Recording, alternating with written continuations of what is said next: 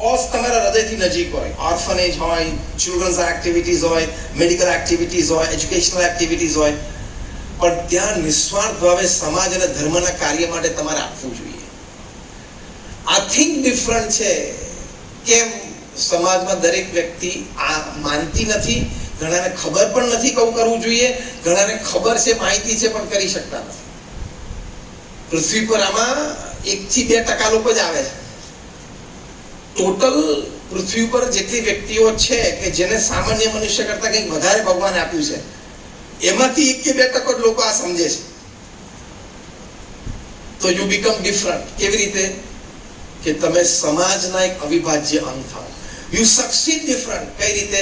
જીવનમાં સંતોષ થાય કે હું જીવનમાં કમાણો પણ ખરો અને સમાજને મેં આપ્યું પણ ખરું. કારણ કે આંખ બંધ થાય ત્યારે આપણી પાસે 2 જ ચોઈસ હોય છે પૈસા બાબતે. Give it or leave it. કાં તો લીવ ઇટ, કાં તો છોડીને જવાનું છે, કાં તો આપીને જવાનું છે. હું જ્યારે પ્રોફેશનલ્સ અને બિઝનેસમેન નેશનલ ઇન્ટરનેશનલ કોન્ફરન્સમાં બોલું ત્યારે બહુ સ્પષ્ટ મોઢે કહું છું, તમારા સંતાનો માટે એટલું જ છોડીને જવાનું કે એક નાનો ધંધો શરૂ કરી શકે, એટલું છોડીને ક્યારે નહીં જવાનું કે જિંદગીભર મહેનત ન કરે અને ગાડીમાં ફરે. એટલું છોડીને નહીં જ જવાનું. એને જીવનમાં મહેનતનો આનંદ લેવા દો, એને જીવનમાં નિષ્ફળતા જોવા દો, એને જીવનમાં રાત્રે 2 વાગે ઊંઘ ઉડી જાય અને અડધી રાત આમ પલંગમાં આવો કે કાલ સવારે 10 વાગે બેંકમાં શું જવાબ આપું એ આપવા દો ઘડી એના જીવનમાં. એટલું બધું પ્રોટેક્શન આપવાની જરૂર નથી. પૃથ્વી પર હજારો વ્યક્તિ છે જેને આવું બધું પ્રોટેક્શન સમાજ પરિવારમાંથી નથી મળ્યું, તો ખીલીને ઉભરીને બહાર આવ્યા છે ને. તમારામાંથી પણ ઘણા બધા એવા હશે. Give your children only that much that he can start a small business. Don't give him that much that he doesn't do anything in life, just to waste your hard-earned money and drives a car with a bottle of liquor in his hand. હાથમાં દારૂની bottle સાથે ફર્યા કરે. એ રીતે નહીં.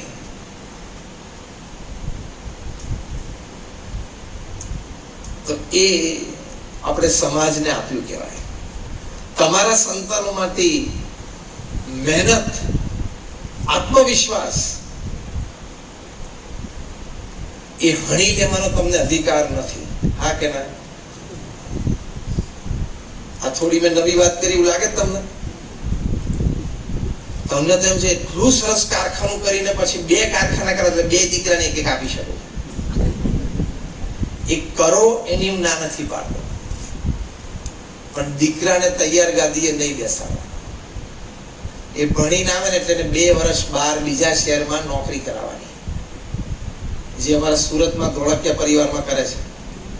2 વર્ષ એને નોકરી કરાવવાની અને ત્યાં સાહેબને કહેવાનું કે આનું અપમાન કરજે, એકવાર ફાઇલ એના મોઢા ઉપર ફેંકજે, એકવાર ચાલુ મિટિંગ 10 જણાની વચ્ચે એને ખખડાવજે, એવું જરા કહેવાનું. ધીરુભાઈ અંબાણીએ મુકેશ અંબાણી અને અનિલ અંબાણી બંને પાસે 2 વર્ષ નોકરી કરાવેલી. ત્યારથી આ પરંપરા ચાલુ થઈ છે. અને તમારો તો છોકરો બીકોમ થઈ ગયો, અડધો લાયક ના આવે તો 3 ટ્રાયલ બીકોમ થયો હોય અને સીધો તમારા બાજુમાં ખુરશી પર બેસાડો એટલે આઈન તરત કે આ ટેબલની જરૂર નથી, આ ટેબલની જરૂર નથી. આ સિસ્ટમ ચાલે અને તમારા 20, 25 વર્ષ જૂના માણસો જેને તમારી સાથે કંધે કંધો મિલાવીને મહેનત કરીને કંપની ઉપર આવે એને કાઢી મૂકે. બન્યું છે આવું? ઘણા બધા બિઝનેસીસમાં બન્યું છે. અને તો પાછળ છોકરાનો પક્ષ લે. પુત્ર પ્રેમમાં લોકો બધું ખોઈ બેસે છે. પુત્ર પ્રેમમાં ઘણું બધું ખોઈ બેસે છે ને, અને મોટું ખોશે. એટલે આંધળો પ્રેમ રાખવાની જરૂર નથી. તો તમારે સમાજને કંઈક આપવું છે તો આવી સમાજમાં દાનની વૃત્તિ પણ હંમેશા રાખવી. જે કંઈ થોડું ઘણું પણ આપવું એ મનુષ્યનું કર્તવ્ય છે, ભગવાનનો આદેશ છે, મહાન સત્શાસ્ત્રનો આદેશ છે. પ્રમુખ સ્વામી ફક્ત 5 ધોરણ ભણેલા હતા, પણ અંતરમાં એક શુભ આવો સમાજને દેવાનો સંકલ્પ હતો. એમનું જીવન સૂત્ર હતું. એક્ઝેક્ટ શબ્દો જે બોલતા હું તમને કહું, બીજાના સુખમાં આપણું સુખ, બીજાના આનંદમાં આપણો આનંદ, અન્યના ઉત્કર્ષમાં આપણો ઉત્કર્ષ. આ જીવન શૈલી સાથે ચાલ્યા તો શું ક્રિએશન કર્યું એમણે પૃથ્વી ઉપર! Unbelievable creation. એમ આપવાની, and there is gain in giving. Give two gain, તમે આપો છો એમાં તમે ખૂબ મેળવો છો. 2010માં અમેરિકામાં એક સર્વે થયો, ડુ ગુડ લીવ વેલ, તમે સારું કરો ને સારું જીવો.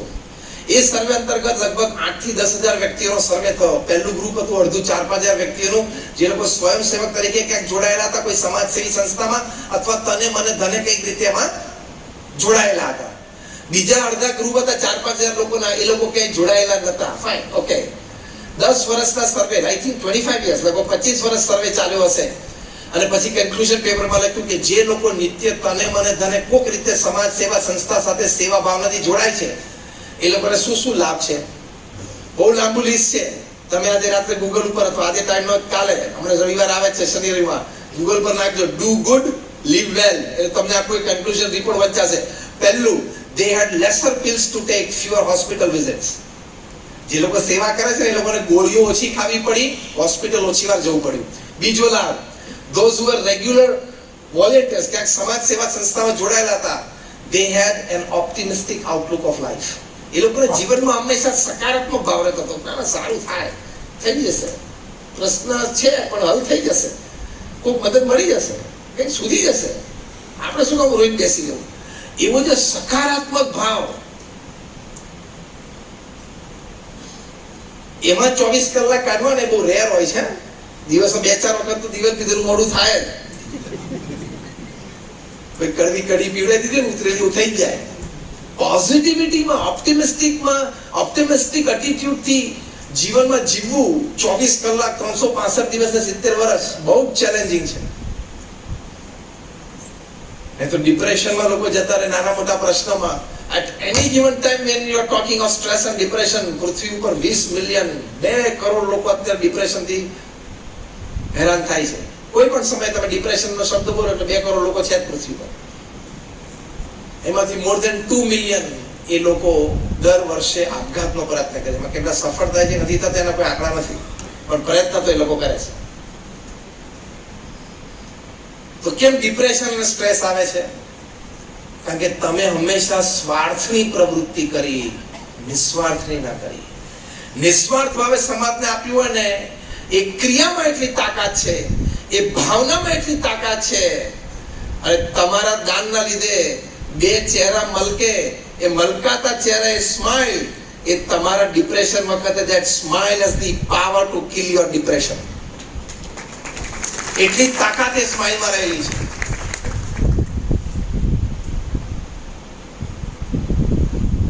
ત્રીજો એડવાન્ટેજ લખ્યો છે, those who served had better family and friend relationships than not serving. આ જીવનનો એક લાભ છે કે નહીં? જે લોકો સેવા કરતા તે લોકોને પરિવારમાં અને સમાજમાં, મિત્ર મંડળમાં વધારે સારા સંબંધો હતા, નહોતા કરતા. 10 લાભ છે, મેં 3 કીધા. 7 હોમવર્ક માટે, જાતે શોધી લેજો હોમવર્ક. તો આ થિંગ ડિફરન્ટ છે. જ્યારે આ દુનિયામાં લોકોને એમ છે કે હું કમાઈ લઉં અને હું ભેગું કરું, આપણે જુદું વિચારવું છે. હું કમાઉં તો ખરો, ભેગું પણ ખરું, પણ એમાંથી થોડોક હિસ્સો મારે સમાજને આપવો છે. હા કે ના?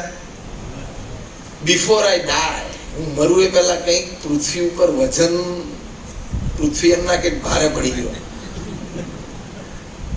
પૃથ્વીને એમ ના થાય કે આ 70-80 વર્ષ બહુ ભારે પડ્યો અને કાંઈ કર્યું નહીં પૃથ્વી ઉપર, ખાલી પૈસા કમાવો, કારખાનું ચલાવ્યું, બ્રાસપાટ બનાયા. આ તમારે અહીંયા મેઇન ઇન્ડસ્ટ્રી છે એટલે કહું છું. સેલ્ફલેસ ગિવિંગ ઇઝ જોય. રવિન્દ્રનાથ ટાગોર એક સરસ વાત કરતા, when the purse is open, the heart is filled. જ્યારે પર્સ ખુલે છે ને ત્યારે શું ભરાય છે? હૃદય. એટલે કે તમે પર્સ ખોલીને દાન આપો છો કોઈને તો તમારું હૃદય ભરાય છે. હૃદય શેનાથી ભરાય છે? આનંદથી અને પુણ્યથી. આ થિંગ ડિફરન્ટ. તો યુ બીકમ ડિફરન્ટ. કેવી રીતે તમે જુદા બનો? તમને અસ્તિત્વનો આનંદ આવે. તમે કેવી રીતે સક્સેસ ડિફરન્ટ? તો તમે ડિપ્રેશન, સ્ટ્રેસ સામે લડી શકો સારી રીતે. એ તાકાત આવી જાય એટલે તમારી સફળતાનું લેવલ જુદું રહી જાય ને. As simple as that. અને ચોથી અને છેલ્લી વાત આપણે નેક્સ્ટ 5 મિનિટ્સમાં પૂરું કરીએ છીએ કે જીવનમાં અધ્યાત્મને હંમેશા અગ્રિમતા ક્રમ આપવો, અધ્યાત્મને હંમેશા જીવનમાં પ્રાધાન્ય આપવું અને એક દ્રષ્ટિકોણ દરેક ક્રિયા કાર્ય અને સંબંધોમાં રાખવા. કારણ કે અધ્યાત્મથી વ્યક્તિ છે એ માણસમાંથી મનુષ્ય બને છે. કદાચ તમને આશ્ચર્ય થશે કે 50,000 થી પણ વધારે રિસર્ચ પેપર્સ વૈજ્ઞાનિકોએ તૈયાર કર્યા છે, જેમાં અધ્યાત્મના કોઈ અંગ, ધર્મનું કોઈ અંગ, પ્રાર્થના, નામ સ્મરણ, મંદિરે દર્શન કરવા જવું, આનાથી શારીરિક, માનસિક, આંતરિક શું લાભ છે એ આ રિસર્ચ પેપરમાં છે. મારી પાસે 500 થી પણ વધારે પેપર છે. ખૂબ સારા લાભ એ લોકોએ વર્ણવ્યા છે. સાયકોન્યુરો સોફ્ટવેર્સ થી university of Philadelphia, university of પેન્સિલ્વેનિયામાં doctor Andrew Newberg, doctor H G. Koenig, હું તમને નામ આપું છું.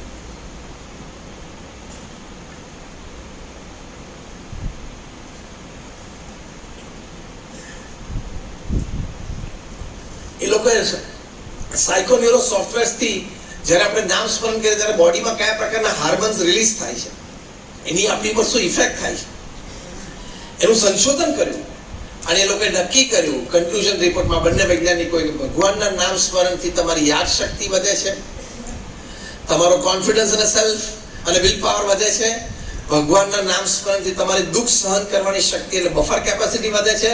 અને ચોથું, ભગવાનના નામ સ્મરણથી તમારી રોગ પ્રતિકારક શક્તિ પણ વધે છે. આ સાયન્ટિફિકલી પ્રૂવ છે. હું તમને સાયન્સ અને સ્પિરિચ્યુઆલિટીના કોમ્બિનેશનથી વાત કરીશ, કારણ કે I am a man of science and man of spirituality both. એ તમને તર્કથી પણ વાત કરીશ અને શ્રદ્ધાથી પણ કરીશ. બે આંખો ભગવાન એટલે જ આપી છે, એક તર્ક છે, એક શ્રદ્ધા છે. એટલે અહીંયા ભગવાનના સ્થાનમાં તર્ક નહીં દોડાવવાનું, ત્યાં શું રાખવાનું? શ્રદ્ધા. કારણ કે લગ્ન થયા ત્યારે આપણે આપણા સ્પાઉસ નક્કી કરે, એમાં તર્ક દોડાવ્યું તો શ્રદ્ધા દોડાવી દે. બોલો બોલો, તમને જ પૂછું છું. બોલો, તર્ક કે શ્રદ્ધા? શ્રદ્ધા. એટલે તમે અગ્નિની સાક્ષીએ ફેરા ફરતા હતા ત્યારે બે જણાના મનમાં ડાઉટ ઉભો થાય, ચાલશે કે નહીં ચાલે, હજી છેલ્લો ચાન્સ છે, છેલ્લો ફેરો પૂરો થાય પહેલા છોડ નાખું. પણ એ વખતે બંને જણાના મનમાં શું હતું? સિલ્વર જુબિલી, ગોલ્ડન જુબિલી હતું કે નહીં? થયું જ નહીં. એટલે શ્રદ્ધાથી, મેન વોક્સ બાય ફેથ. આપણે બધી જગ્યાએ શ્રદ્ધાથી ચાલીએ છીએ, તો અહીંયા પણ શ્રદ્ધા જ રાખવાની, અહીંયા તર્ક નહીં દોડાવવાનો. અને તર્ક દોડાવવો હોય તો તમારી એટલી બુદ્ધિ હોવી જોઈએ કે તમે બધી રીતે તર્કને સમજી શકો. આ તો પેલો બીએસસી માં ભણતો હોય ને 2 વાર તો ફેલ થયો તો પાનના ગલ્લે પિચકારી મારી કે કોણે ભગવાનને જોયા છે? પણ તું બીએસસી માં ભણે છે, તું આલ્બર્ટ આઇન્સ્ટીનને ભણે છે, આલ્ફ્રેડ નોબલને ભણે છે, સર આઇઝેક ન્યૂટનને ભણે છે, આર્કિમિડીઝને ભણે છે, તું પાસ્કલને ભણે છે. આ તારા બધા વિજ્ઞાનના બાપ, દુનિયાના પ્રથમ 10 માંથી 5 વૈજ્ઞાનિકોનું નામ હું ભૂલી ગયો. એ બધાએ ભગવાનમાં પૂર્ણ શ્રદ્ધા રાખી છે, નિયમિત પ્રાર્થના કરતા હતા, પોતાના જીવન ચરિત્રમાં લખી. એની 2 થિયરી વાંચી તું તારી જતો હું તો વિજ્ઞાનને જ માનું, તો તારી હેસિયત શું? તો તર્ક દોડાવવો હોય તો આપણી બુદ્ધિ સર્વાંગી હોવી જોઈએ. એમના અભિમાનથી, એટીટ્યુડથી તર્ક નહીં દોડાવવો. એ સર્વાંગીમાં તમે કુદરતમાં આજુબાજુ જુઓ.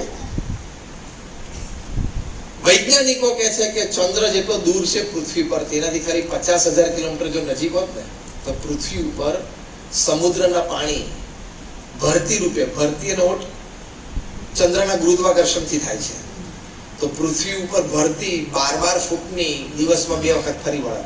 મનુષ્ય જીવન શક્ય જ નહોતું. તે ડિસ્ટન્સ કોણે ગોઠવ્યું? હું 400 વૈજ્ઞાનિકોને આ વિષય ઉપર વાત કરતો હતો તાજલેન્ડ એન્ડ બાંદ્રામાં, મુંબઈમાં.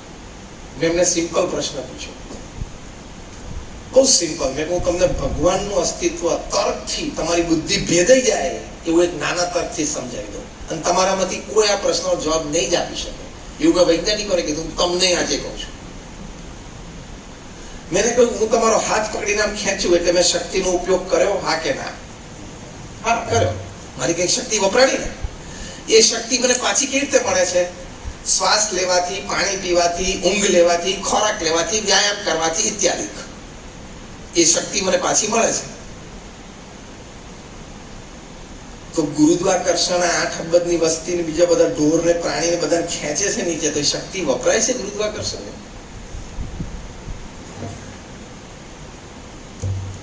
સમજીને ઉત્તર આપજો. હું 2 બાજુથી ફાયર કરી શકીશ. શક્તિ વપરાય છે કે નહીં? વપરાતી હોય તો કેવી રીતે રિમ્બર્સ થાય છે, અને ના વપરાતી એમ તમે કહો તો આખું વિજ્ઞાન ઊંધું પડી જાય. આજ સુધી વૈજ્ઞાનિકોને ખબર નથી કે શક્તિ શું છે. એનું નામ કરી દીધું, એનું નામ પાડી દીધું ગુરુત્વાકર્ષણ. એ ક્યાંથી જન્મે છે, કેવી રીતે ઉત્પન્ન થાય છે, અને રોજ આટલું બધું ખેંચી નીચે રાખે છે તો વપરાય છે કે નહીં, અને વપરાય છે તો રિમ્બર્સમેન્ટ કેવી રીતે થાય છે, અને એક્ઝેક્ટ પ્રપોર્શનમાં રિમ્બર્સમેન્ટ થાય. કોઈ એવું ના કે નવસારી બાજુ ફરતા હતા ત્યાં તો ગુરુત્વાકર્ષણ બહુ હતું, તો 2 ફૂટ જમીનમાં જતા રહેતા હતા આપણે, અને જામનગરમાં થોડુંક ઓછું હતું, તે 2 ફૂટ ઉપર ઉડતા હતા. એવું કે તમે લેટિન અમેરિકામાં એમેઝોનમાં જાઓ કે ન્યુઝીલેન્ડમાં જાઓ, ગુરુત્વાકર્ષણ સરખું. પૃથ્વી ઉપર 5 માણસ હતા ત્યારે પણ શાંતિથી ચાલતા હતા, ખેંચી નહોતા જતા. અત્યારે 8 અબજ પણ શાંતિથી ચાલે છે, ભવિષ્યમાં 15-25 અબજ થશે તો પણ શાંતિથી ચાલશે. Somebody is managing the show. કોક આ શો મેનેજ કરે છે રોજ, બાકી આ શક્ય નથી. ગુરુત્વાકર્ષણનું દ્રષ્ટાંત વિચારો તો તમને ભગવાનનું અસ્તિત્વ અને શક્તિની ખબર પડે. પછી મેં બધા એકવાર કારખાના વાળા બેઠા હતા, તમે બધા બેઠા છો ને, એને કારખાના પ્રમાણે મેં તર્ક ચલાવ્યો. તમારે સ્ટેગરિંગ આવે છે ને ઘણી વખત, આવે છે કે નથી આવતું? સ્ટેગરિંગ આવે ને કે ભાઈ આજે રજા, અથવા તો બપોર 12 થી 4 બંધ રહેશે, વોટેવર. પૃથ્વીની ધરી ઉપર ફરે છે, સ્ટેગરિંગ ચાલુ કરે તો થવા માંડે તો શું થાય ખબર છે? પૃથ્વીની ધરી ઉપર ફરે ને સ્પીડ વધવા ઘટવા માંડે, કારણ કે આપણે બધા દોડડાયા ભેગા થઈને એ સ્પીડ ગોઠવતા નથી, તો ખબર છે ને? અને આપણા પાના પકડ ત્યાં ચાલતા નથી, એકે ભ્રાસ પાટ ત્યાં ગોઠવાતો, બોલો જોશી, નથી. પૃથ્વીની ધરી ઉપર ફરે છે, 1,00,000 કિલોમીટર પર આવવાની સ્પીડે ફરે. હવે એમાં ધારો કે ઓછું વધતું થવા માંડ્યું, ઝટકાવા માંડ્યા, તો મશીનમાં ઘણી વખત થાય છે ને, ધીમી થાય, ફાસ્ટ થાય, તો શું થાય ખબર? પૃથ્વી પર પહેલું, આજે તમારો દિવસ 2 કલાકનો હોય ને રાત 22 કલાકની થઈ જાય. આવતીકાલે દિવસ 23.5 કલાકનો પણ થાય, રાત અડધો કલાકની જ મળે. આટલું સ્ટેગરિંગ રોજ ચાલુ થાય. તો શું ક્યારે, ખાવું ક્યારે, પગાર ક્યારે કરવો, તારીખ કઈ નક્કી કરવી પગાર કરવાની, તારીખ જ નક્કી ન થાય. આ તો ફર્સ્ટ ક્લાસ 24 કલાકનું તંત્ર ગોઠવાયેલું છે ને, એટલે આપણે તારીખ પ્રમાણે બધું સેટ કરી શકીએ. જ્યાં તને એડવાન્સ પેમેન્ટ, તને પોસ્ટ ડેટેડ ચેક આપવું છે, બાકી તો એ દિવસનો ચેક ના લખાય. સ્ટેગરિંગ ચાલુ થઈ ગયું. તો આ બધા કારખાનાઓને પૂછ્યું કે ધારો કે સ્ટેગરિંગ છે તો તમારે એકેના પાના પકડ ત્યાં સેટિંગ કરવા માટે ચાલે એવા છે? ઈસરોના, નાસાના વૈજ્ઞાનિકો ભેગા થાય તો ત્યાં સેટિંગ કરે? સાંભળજો, અબજો વર્ષથી પૃથ્વીની ધરી ઉપર કોન્સ્ટન્ટ મિલિસેકન્ડ અને મિલીમીટરની સ્પીડે ફરે છે. Somebody is managing the show. અબજો વર્ષથી આપણે ખાલી ભમેડો ફેરવતો ના તો થોડી વાર ફરે, ધીમો પડે પણ પડી જતો, યાદ છે? આણે એક વાર ભમેડો ફેરવ્યો છે ને, શું સ્પીડમાં ફરે છે. ઉપરવાળા ભમેડો જે ફેરવ્યો છે, મિલીમીટર અને મિલીસેકન્ડ એક્યુરેસીથી પૃથ્વી ધરી ઉપર કરોડો અબજો વર્ષથી ફરે છે. એ શક્તિ ક્યાંથી આવે છે? ભગવાન. તો કોઈ દિવસ આપણે મનમાં નાસ્તિક ભાવ ન લાવવા દેવો. એટલે આપણે થિંક ડિફરન્ટ, કે ભગવાન કરતા હતા છે. પ્રમુખ સ્વામી મહારાજ કે મહંત સ્વામી મહારાજના જીવનની સૌથી મોટી તાકાત એ છે કે ભગવાન સર્વ કરતા હતા છે. આપણે આપણી મહેનત કરી લેવાની, જે કંઈ ભગવાન આપણે સંસાધન આપ્યા છે કામે લગાડી દેવાના. પરિણામ જે આવે ને સ્વીકારી લેવા. પરિણામ નથી સ્વીકારતા ને એટલે પ્રશ્ન થાય છે કે આવું કેમ થયું, કે તને પૃથ્વી પર મોકલ્યો ત્યારે ભગવાન તારી સાથે એમઓયુ કરેલું? મેમોરેન્ડમ ઓફ અન્ડરસ્ટેન્ડિંગ, જ્યાં બેટા પૃથ્વી પર જઈને બધું સરસ જ થશે. Life is like a box of chocolates. તો એ બોક્સ ઓફ ચોકલેટ ગિફ્ટો મળે ને બાળકોને, તેમાં કોઈક લાંબી હોય, કોઈક ટૂંકી હોય, કોઈક ખાટી હોય, કોઈક લાંબી હોય, ગોળ હોય ને કોઈક રેપર વાળી હોય, કોઈક રેપર વગરની હોય. અને બોક્સ ગિફ્ટ બોક્સ એવું હોય, હવે ત્યાં 1996 અમેરિકામાં જોયેલું, એ ગિફ્ટ બોક્સ એવું કે પેલો નાનો બાળક છે ડાગું ખોલી જ ના કે નાગડું ના હોય, નાનું ટાણું હોય આટલું, રોજ પેલા બાળક અંદર આંગળી નાખીને ચોકલેટ મહેનતથી કાઢવાની. પણ એમાં બહુ સરસ જીવનનો સિદ્ધાંત હતો કે રોજ સવારે મહેનત કરીને બાળક એક ચોકલેટ કાઢે, પછી જે ચોકલેટ હાથમાં આવે એ ખાઈને એને સંતોષ પામે. પછી લાંબી પણ મળે કોઈક વખત, કોઈક વખત ટૂંકી પણ મળે, કોઈક વખત ગોળ પણ મળે, કોઈક વખત રેપર વાળી મળે, કોઈક વખત રેપર વગરની પણ મળે, કોઈક વખત લાલ મળે, કેસરી મળે, ધોળી પણ મળે. whichever chocolate you get at the end of the day, eat it, enjoy it and be happy. Simple. મહેનત કરી લો દિવસ દરમિયાન, પણ સાંજે જે ચોકલેટ મળે એટલે કે મહેનતનું ફળ જે મળે સાંજે કે પ્રોજેક્ટના અંતે કે મહિને કે 2 વર્ષે, એ સ્વીકારવા. કારણ કે ભગવાને તમને એમઓયુમાં સહી નથી કરી તું જે કરીશ એમાં તને સફળતા જ મળશે એવું કીધું છે? નથી કીધું ને? કોઈ પાસે એમઓયુ દેખાડજો. નથી એવું એમઓયુ. જીવન તો સાઇન વેવ છે. Failures and defeats are part of life. પણ એમાં થિંક ડિફરન્ટ શું છે કે હું મહેનત કરીશ, પણ જે પરિણામ મળશે એ ભગવાનની ઈચ્છા સમજીને હું પ્રસાદ રૂપે સ્વીકારી લઈશ. છેલ્લો પ્રસંગ કહીને પૂરું કરું. પ્રમુખ સ્વામી મહારાજ વલ્લભ વિદ્યાનગરમાં હતા, ત્યાં એલિકોન એન્જિનિયરિંગ કંપની છે, બહુ મોટી એન્જિનિયરિંગ કંપની છે. એના જનરલ મેનેજર નટુભાઈ પટેલ પ્રમુખ સ્વામી મહારાજ પાસે અવારનવાર આવતા, ગુણાણુ રાગી હતા, આશીર્વાદ લેવા માટે આવતા, પણ બહુ પ્રશંસક હતા પ્રમુખ સ્વામી મહારાજના કાર્યના. એમણે આવીને પ્રમુખ સ્વામી મહારાજ એક દિવસ કીધું, સ્વામી મેં તમને આખા દિવસમાં બધી જ ક્રિયામાં જોયા છે, પણ પ્રફુલ્લિત અને આનંદ જોયા છે, એકદમ આનંદમય.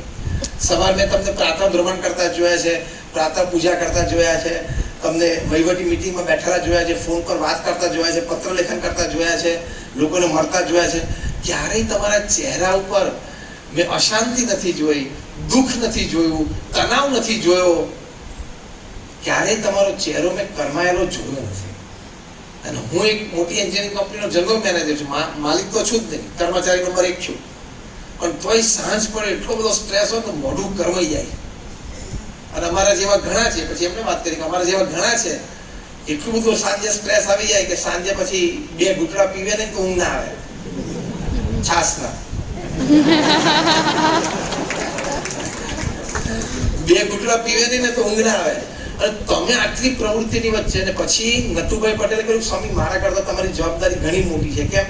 અમારે કોર્પોરેટ પણ કંપનીમાં તો હાયર એન્ડ ફાયર હોય, કેશ એન્ડ કેરી હોય, અને ત્રીજું પે એન્ડ સ્માઇલ હોય.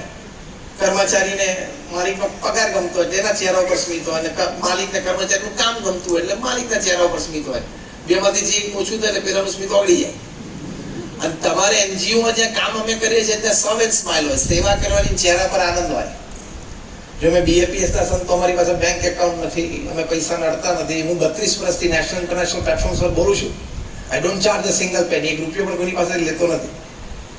અમે પરિવારને છોડીને અમે એક જ કપડાં 30-35 વર્ષથી પહેરીએ છીએ, તો અમારા કરતા અમારા ચહેરા ઉપર થોડો કે ઓછો આનંદ દેખાય છે.